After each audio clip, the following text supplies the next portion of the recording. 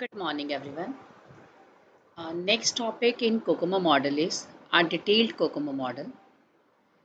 Last lecture में हमने intermediate COCOMO model किया था और आज के लेक्चर में हम डिटेल्ड यानी कि complete Kokomo model constructive cost model study करेंगे। ठीक है, so this is today's topic. Detailed Kokomo model में देखिए दो तीन पॉइंट्स हैं यहाँ पर। हम यहाँ पर face sensitive effort multipliers use करते हैं। अब what do you mean by that? देखिए, फर्स्ट ऑफ ऑल क्वेश्चन क्या आता है कि आप लोगों ने यहाँ पर 3 मॉडल्स किए थे, basic, intermediate and detailed. Basic model में आपने देखा था कि जब हम सॉफ्टवेयर की LOCs लिखते हैं, लाइन ऑफ कोड लिखते हैं, हमने लाइन ऑफ कोड लिखने के लिए एफर्ट निकाला था, डेवलपमेंट टाइम निकाला था। इंटरमीडिएट कॉस्ट मॉडल में हमने क्या किया था, लाइन ऑफ कोड तो लिखा ही था, इसका एफर्ट और डेवलपमेंट टाइम हमने निकाला ही था, बट इसके साथ साथ हमने कॉस्ट ड्राइवर्स 15 जो हमने 15 कॉस्ट ड्राइवर्स स्टडी किए थे लास्ट लेक्चर में, 15 कॉस्ट ड्राइवर्स को भी हमने इसका कंट्रीब्यूशन भी हमने ऐड ऑन किया था और उसका टोटल कॉस्ट निकाला था। अगेन हमने यहाँ पर LOC plus in cost drivers के साथ हमारा कितना एफर्ट लगा कोड को लिखने के लिए, कितना डेवलपमेंट टाइम लगा, वो हमने काउंट किया था, कैलकुलेट किया था। ठीक है, अब यहाँ पर डिटेल मॉडल देखिए, डिटेल मॉडल क्या कहता है कि हम लोग क्या करेंगे। देखिए, वो कहता है कि जो पीछे के ये जो 2 मॉडल्स हैं, इन्होंने कॉस्ट निकाला लेकिन इन्होंने फेजेस की बात नहीं की।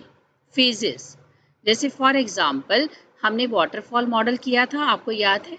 वाटरफॉल मॉडल में हमने क्या कहा था, हमारे पास एक सॉफ्टवेयर डेवलपमेंट के फेजेस होते हैं। सॉफ्टवेयर को डेवलप करने के लिए जैसे आपका रिक्वायरमेंट है, डिज़ाइन है, कोडिंग है, टेस्टिंग है, मेंटेनेंस है, ये सारे फेजेस आपने किए थे। प्लानिंग था, ये सारे फेजेस आपने किए थे। ठीक है, तो इट सेज दैट कि जो बेसिक और इंटरमीडिएट मॉडल है ये फेजेस की बात नहीं करता, ये प्रोजेक्ट को overall as a homogeneous entity complete entity पूरे प्रोजेक्ट की एफर्ट और डेवलपमेंट टाइम की बात करता है। दोनों models, number 1 and number 2।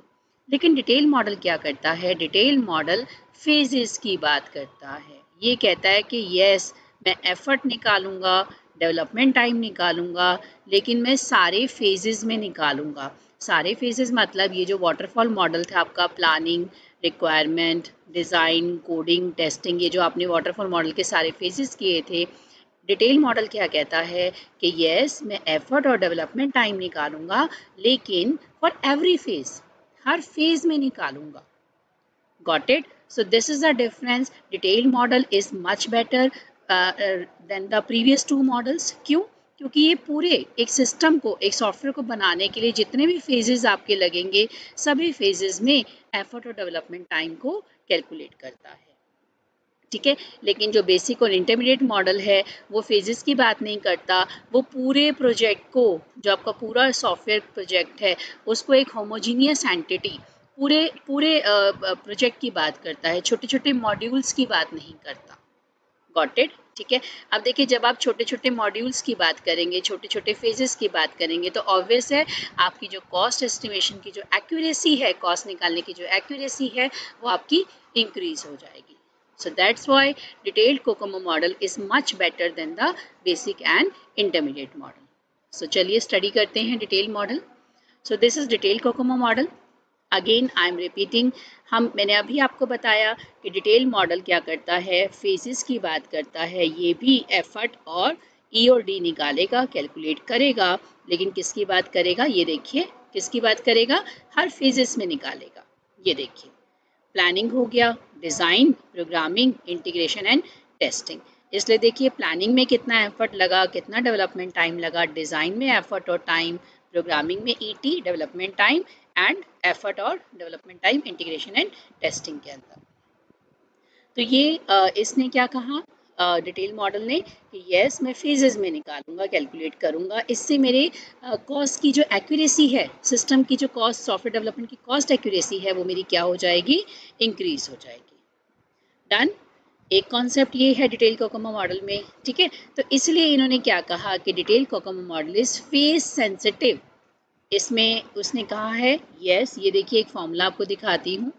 It says that हमारे पास ये देखिए एफर्ट है, डेवलपमेंट टाइम है, लेकिन एफर्ट और डेवलपमेंट टाइम को निकालने के लिए हमारे पास, हमें कहाँ पे निकालने हैं एफर्ट डेवलपमेंट टाइम, हमें फेजेस में निकालने हैं। तो इसलिए इसने क्या कहा, फेज सेंसिटिव एफर्ट मल्टीप्लायर्स हैं इसके पास।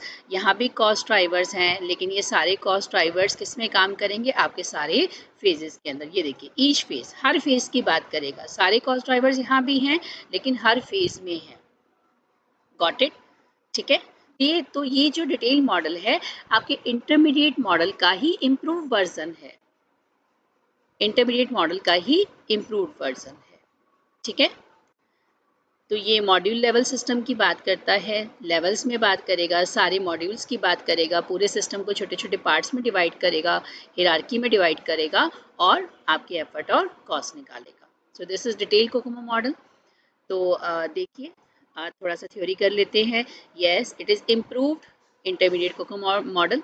It divides big project into smaller parts. Yes, estimates the software development in each stage of the software development life cycle. आप कोई भी लाइफ साइकिल यूज़ कर लीजिए, जितने भी फेजेस हैं ये सभी फेजेस की बात करता है, जितने भी फेजेस हैं सभी फेजेस में क्या करेगा, in all the phases costing is estimated by this model. For example planning and requirement phase, design phase, detail design, coding, testing, integration phase, cost constructive phase, in all the phases. Advantage क्या होगा इस model का, it reduces margin of error in final cost estimation. Very accurate model, ठीक है। Error margin काफ़ी reduce हो जाता है। लेकिन बेटा ये मत समझिए कि detail model is the best one, no. हमारे पास एक और मॉडल भी होता है, COCOMO 2 model, that is the advance version of this COCOMO model, जो आपके सिलेबस में नहीं है। तो फिलहाल इस लेक्चर में हम डिटेल मॉडल ही करेंगे। तो एक फॉर्मूला है डिटेल कोकोमो मॉडल के अंदर, फॉर्मूला देख लीजिए। फॉर्मूला क्या है ये देखिए, यहाँ पर डिटेल कोकोमो मॉडल में हम एफर्ट निकालते हैं, डेवलपमेंट टाइम निकालते हैं, यहाँ पर ई और पी दिया हुआ है आपको। अब आप कहेंगे ma'am what is this mu and tau, mu and tau. Mu and tau देखो अगेन कोफिशिएंट्स हैं जिनकी वैल्यू फिक्स्ड है। ये टेबल आपको चांसेस हैं, देखिए जो वैल्यू हो सकता है आपको दी हो, अदरवाइज लर्न करना पड़ेगा। न्यूमेरिकल आने के चांसेस थोड़ा कम होते हैं, बट प्रिपेयर एक थ्योरी पोर्शन आप प्रिपेयर कर लीजिएगा, और अगर हो सके तो you can go through the book, और एक numerical you can do that, ठीक है। अगर न्यूमेरिकल में डाउट है आप मैसेज कर दीजिए, I send one video on that numerical also. तो यहाँ पर ये जो म्यू एंड टो का जो वैल्यू है, म्यू एंड टो वैल्यू देखिए यहाँ पर सेम कॉन्सेप्ट है जो हमारे पास वो ऑर्गेनिक मोड थे, आपको याद है, सेमी डिटैच था, एम्बेडेड मोड था। तो ये सभी मोड्स के अकॉर्डिंग इन्होंने लार्ज, मीडियम और एक्स्ट्रा लार्ज साइज करके आपको एक टेबल बना के दिया है, कोफिशिएंट्स की वैल्यू दी है, ठीक है। अब यहाँ पर थोड़ा सा एक नया कॉन्सेप्ट है वो भी देख लेते हैं, ठीक है। यहाँ पर ई और डी का फॉर्मूला आपके पास मिल गया। So what is this E and what is this D, what is this one. ये जो ई और डी हैं ये आपको कहाँ से मिलेंगे, आपको पहले इसके लिए क्या अप्लाई करना पड़ेगा, इंटरमीडिएट कोकोमो मॉडल जो आप पहले कर चुके हैं। आपको याद है हमने ई एफ मल्टीप्लाई करके इंटरमीडिएट कोकोमो मॉडल हमने किया था। तो जो इंटरमीडिएट कोकोमो मॉडल का ई और डी का जो फॉर्मूला है जो आप ऑलरेडी कर चुके हैं, ये वैल्यूज़ वहाँ से आएंगी, उनको कैलकुलेट कीजिए और यहाँ पर पुट कर दीजिए, तो ये आपका डिटेल कोकोमो मॉडल का ई और डी का वैल्यू जनरेट हो जाएगा, ठीक है। गॉट इट, ठीक है। तो यहाँ पर एक कॉन्सेप्ट और है, छोटा सा कॉन्सेप्ट है, देख लेते हैं। What is this a and what is this capital S. Now what is this a, this a is known as adjustment factor. देखिए हो सकता है थ्योरी में पूछ ले कि डिटेल कोकोमो मॉडल में एडजस्टमेंट फैक्टर क्या होता है या व्हाट इज द वैल्यू, ठीक है।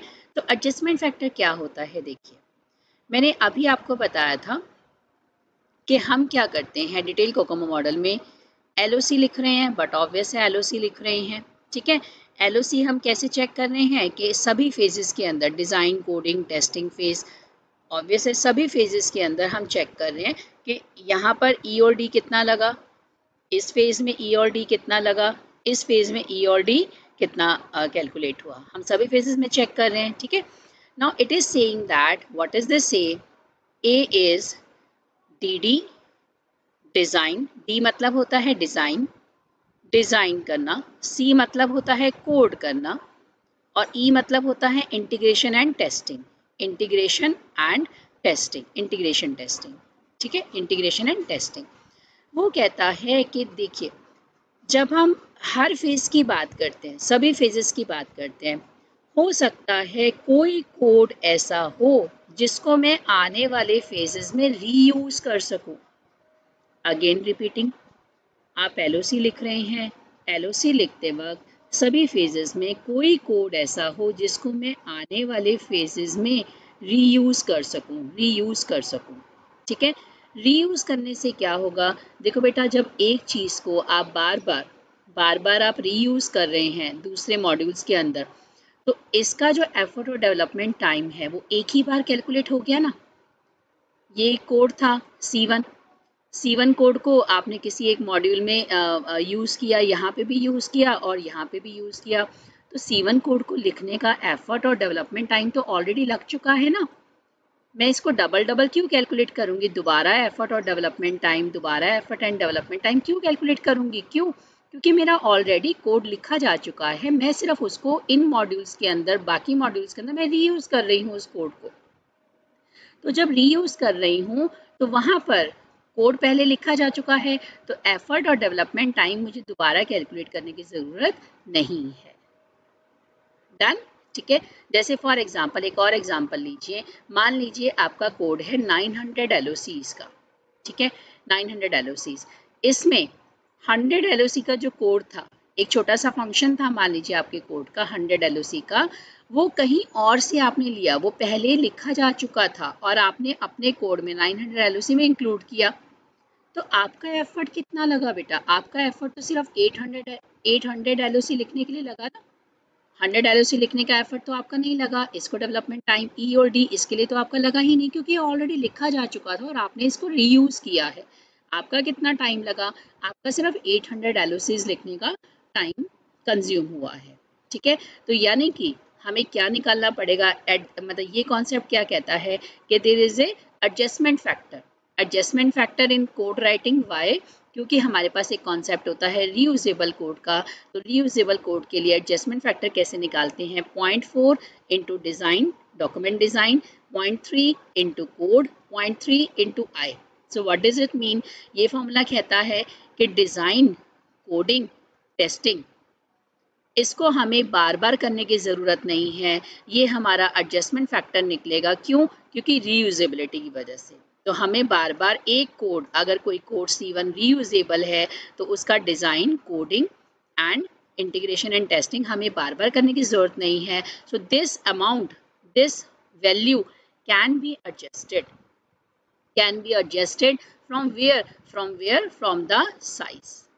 तो हम क्या कर सकते हैं, जो फाइनल साइज होगा, जैसे हमारा यहाँ फाइनल साइज कितना निकला था 800 LOC का, तो फाइनल साइज इक्विवेलेंट हमारा कैसे निकाला जाएगा, that will be calculated as original size into adjustment factor divide by 100।